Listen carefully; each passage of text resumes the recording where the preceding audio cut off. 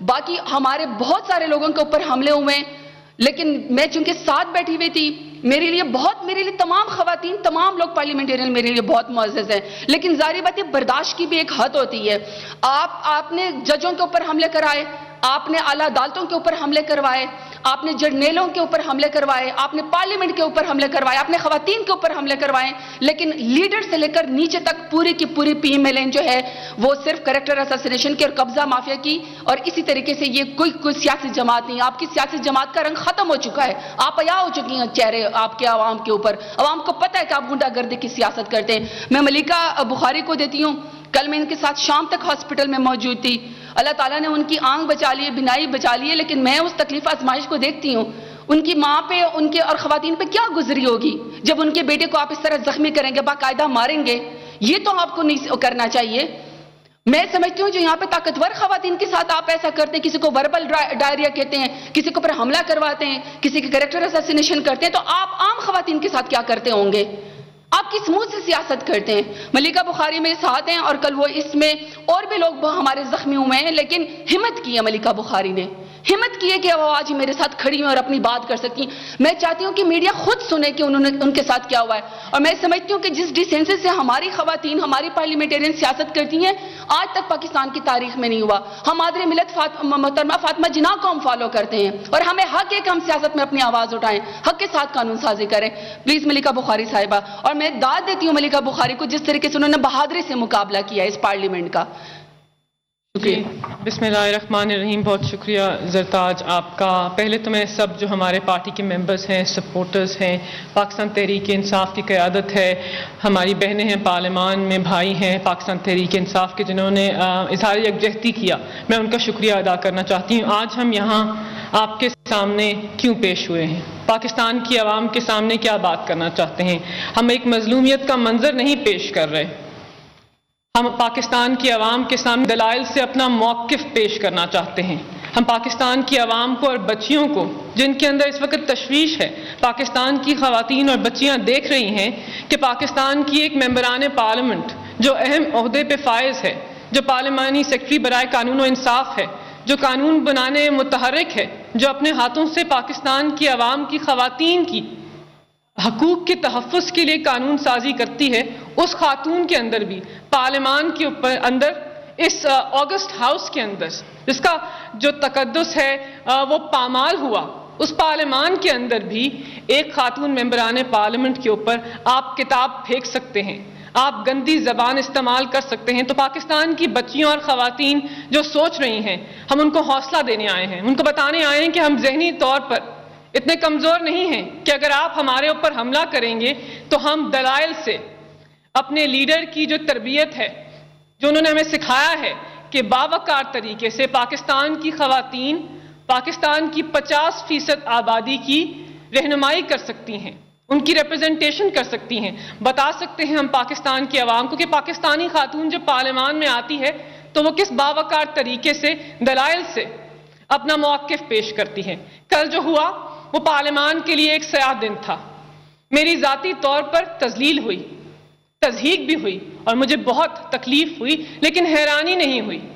جو پاکستان مسلم لیگ نواز کے ممبران پارلیمنٹ نے کیا اپنی لیڈر کی اور اپنے ممبران پارلیمنٹ کی، اپنے چیف وپ کی سرپرستی کے ساتھ جو انہوں نے کیا، وہ کوئی نئی بات نہیں ہے، ہمیں حیرانگی نہیں ہوئی، کیونکہ ہم جانتے ہیں کہ آپ اس پارٹی سے تعلق رکھتے ہیں جو نے پاکستان کی اعلیٰ عدالت کے اوپر اٹیک کیا، آپ اس پارٹی کے ممبر ہیں جنہوں نے پاکستان کے اندر ماڈل ٹاؤن کے اندر نہتی حاملہ خواتین کے اوپر اٹیک کیا، آپ اس پارٹی سے تعلق رکھتے ہیں جس کے اندر زرتاج گل وزیر جو ایک قبائل علاقے سے تعلق رکھتی ہیں اور باوقار طریقے سے الیکشن لڑکی آئی ہیں، آپ نے اس کی تضحیک کی، 12 تضحیک کی 3 سال۔ ہم جانتے ہیں پاکستان کی وزیر انسانی حقوق شیریں مزاری کے ساتھ آپ نے کیا کیا، خواجہ آصف نے جب ان کا مذاق اڑایا تو پارلیمان کی دوسری طرف ڈیسک بجے۔ ہم جانتے ہیں کہ آپ نے محترمہ شہید بی بی بے نظیر بھٹو کے ساتھ کیا کیا، ہم جانتے ہیں کہ جب وہ پارلیمان میں آتی تھی تو کن القابات سے آپ پاکستان کی واحد منتخب مسلم امہ کی وزیر اعظم کے بارے میں آپ کیا کہتے تھے۔ تو ہمارے لیے یہ حیران کن بات نہیں ہے، لیکن تکلیف دہ عمل ہے پاکستان کی پوری عوام کے لیے۔ جو کل ہوا پارلیمان میں پارلیمان کو ہم کس طریقے سے چلانا چاہتے ہیں؟ پارلیمان کو چلانے کا ایک طریقہ ہے، کوئی قواعد و ضوابط ہیں. یہ ایک کتاب ہے، ایک رولز آف بزنس کی کتاب ہے جو بتاتی ہے کہ پارلیمان کو آپ نے کیسے چلانا ہے. پارلیمان کے اندر ممبران پارلیمنٹ جو عوام کا اعتماد ہے، ان کو کس طریقے سے اپنے آپ کو کنڈکٹ کرنا چاہیے، کس قسم کی زبان استعمال کرنی چاہیے، کس قسم سے ایک دوسرے سے گفتگو کرنی چاہیے. آپ نے سارے پارلیمانی روایات کی کل دھجیاں اڑائیں، کیونکہ آپ کا آمرانہ رویہ، آپ کا فرعون ثانی رویہ، آپ کی یزیدیت کل عیاں ہو گئی. آپ نے ساری حدیں کل پار کر دی. دیکھیں، جمہوری نظام کے اندر ہم جانتے ہیں کہ پاکستان کے اندر ایک دو طرفہ پولیٹیکل پارٹی سسٹم تھا. پاکستان مسلم لیگ نواز اور پاکستان پیپلز پارٹی نے دہائیوں پاکستان کے اوپر حکومت کی، لیکن ایک تیسری پارٹی ایک مختلف موقف کے ساتھ سامنے آئے ہیں. جمہوریت صرف آپ نہیں ہیں، ہم جمہوری نظام کا حصہ ہیں. ہمارا موقف اہم ہے. ہماری جو زبان ہے، ہماری جو گفتگو ہے پارلیمان کے اندر، وہ اہم ہے. پہلے دن سے پاکستان کے منتخب وزیر اعظم کو آپ نے بات کرنے کا موقع نہیں دیا. آپ سارا دن اس رولز آف بزنس کو کوٹ کرتے ہیں. آپ بہت سینئر ممبران پارلیمنٹ ہیں، ہمیں بتاتے ہیں کہ پارلیمان کو کیسے چلانا ہے. کہ کبھی دیکھا ہے، کبھی اپنے رویے کے اوپر نظر ثانی کی ہے؟ کیا ایکسپیرینس ممبران پارلیمنٹ خواتین کے اوپر کتابیں پھینکتے ہیں؟ کیا ایکسپیرینس ممبران پارلیمنٹ خواتین کی موجودگی میں گندی گالیاں نکالتے ہیں؟ کیا ایکسپیرینس ممبران پارلیمنٹ پارلیمانی روایات کی دھجیاں اڑاتے ہیں؟ آپ سمجھتے ہیں کہ جمہوری تقاضے وہی ہیں جو آپ طے کیجئے. اپنے اندر حوصلہ پیدا کیجئے، حوصلہ پیدا کیجئے دوسرے موقف کو سننے کا. ہماری بھی زبان ہے، ہم نے بھی کچھ بات کرنی ہے. پاکستان کی عوام نے ہمیں 23 سال کی جدوجہد کے بعد الیکٹ کیا ہے. یہ نہیں ہو سکتا کہ بینچ کے دوسری طرف جو لوگ بیٹھے ہیں وہ اپنی زبان بند کر لیں. ہماری زبان بندی نہیں ہو سکتی. اگر آپ اس طرف سے گندی گالیاں نکالیں گے، سیٹیاں کسیں گے، تانے ماریں گے، کتابیں پھینکیں گے، تو یہاں سے بھی ایک رویہ واپس آئے گا. میں یہ نہیں کہتی کہ ٹھیک ہوا، بہت غلط ہوا، کیونکہ آج میں زخمی ہوں، کل کوئی اور زخمی ہو سکتا ہے. میری بینائی نہیں گئی لیکن تکلیف تو ہوئی. کیا سوچتے ہوں گے دنیا کے لوگ کہ پاکستان کے اندر ممبران پارلیمنٹ بھی محفوظ نہیں ہے؟ کیا آپ پاکستان کے اندر ماں باپ اپنی بیٹیوں کو کہہ دیں کہ نہ جاؤ پارلیمان کے اندر، وہاں تمہارے میل ممبران پارلیمنٹ تمہارے اوپر کتابیں پھینک سکتے ہیں، وہ تمہیں مار سکتے ہیں، تمہارے ساتھ گندی باتیں کر سکتے ہیں، گندی گالیاں نکال سکتے ہیں؟ یہ تربیت ہے نواز شریف کی، یہ تربیت ہے شہباز شریف کی، یہ تربیت ہے مریم نواز کی جو خود ایک خاتون ہے. مریم نواز پاناما کیس کے اندر JIT کے سامنے پیش نہیں ہوتی تھی کیونکہ مردوں نے سوال کرنا تھا. لیکن ہم پیش ہیں آپ سے مار کھانے کے لیے، ہم پیش ہیں آپ کی کتابیں کھانے کے لیے، ہم پیش ہیں گندی گالیاں سننے کے لیے. خدا را اپنے رویوں کے اوپر نظر ثانی کیجیے اور پارلیمان کے وقار کو بلند کر دیجیے. پارلیمان کو ایسا ادارہ نہ بنائیے جس کو لوگ ایک گالی تسلیم کریں، لوگ جس کو گالی دیں. پارلیمان ایک بہت ہی بلند ادارہ ہے، اس کے اندر پاکستان کی عوام کا اعتماد مجموعی طور پر بیٹھتا ہے. آج طے کر لیجئے کیا قواعد و ضوابط ہیں آگے بڑھنے کے، ہم نے کیسے ایز ممبرز آف پارلیمنٹ آگے بڑھنا ہے.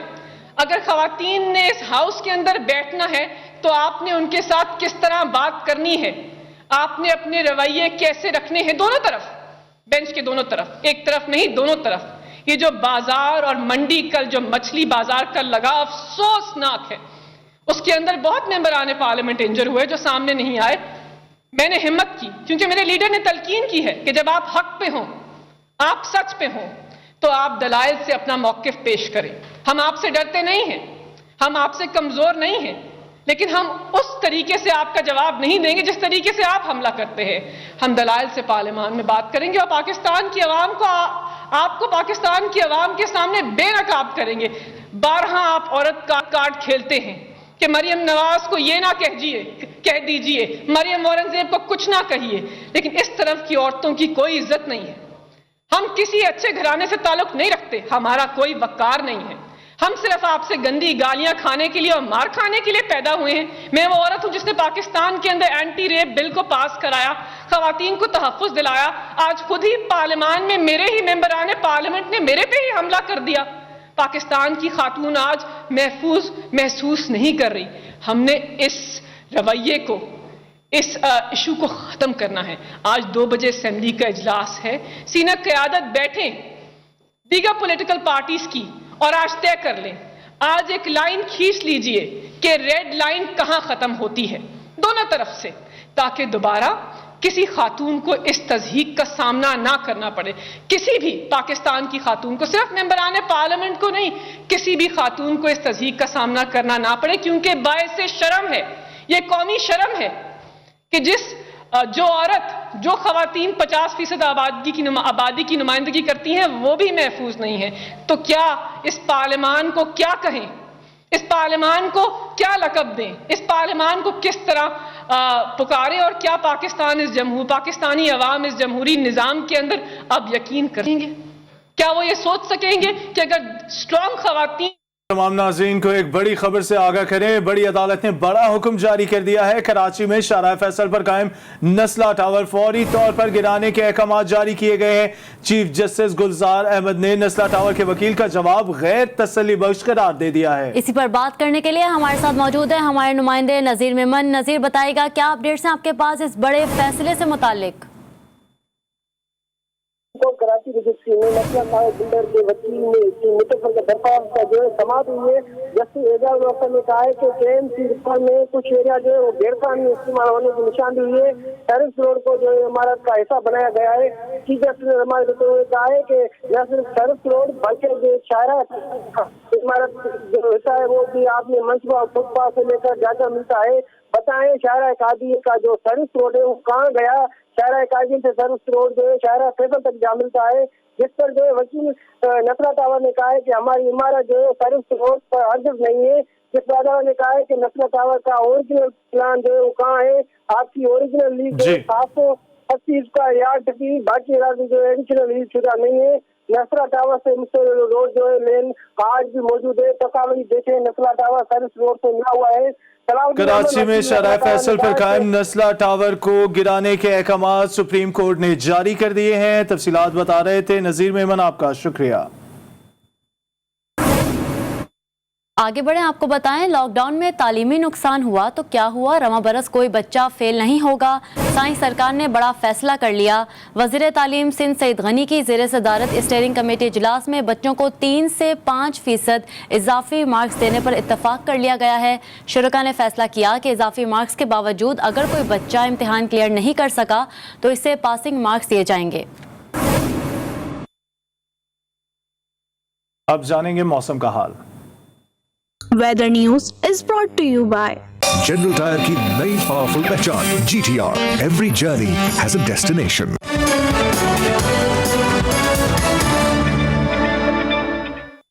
کراچی پر کالی گھٹاؤں کا سایہ برقرار ہے. کل سے 3 دنوں تک بادل برسنے کا بھی امکان ہے. شہر میں سمندری ہوائیں بند ہونے کے باعث حبس کا راج ہے. پسینے میں ڈوبے شہریوں کا کل سے ہونے والی بارشوں کا انتظار ہے. مزید جانتے ہیں ہمارے نمائندہ شارقہ کمال سے. جی شارقہ, کیا صورتحال ہے شہر قائد میں گرمی کی؟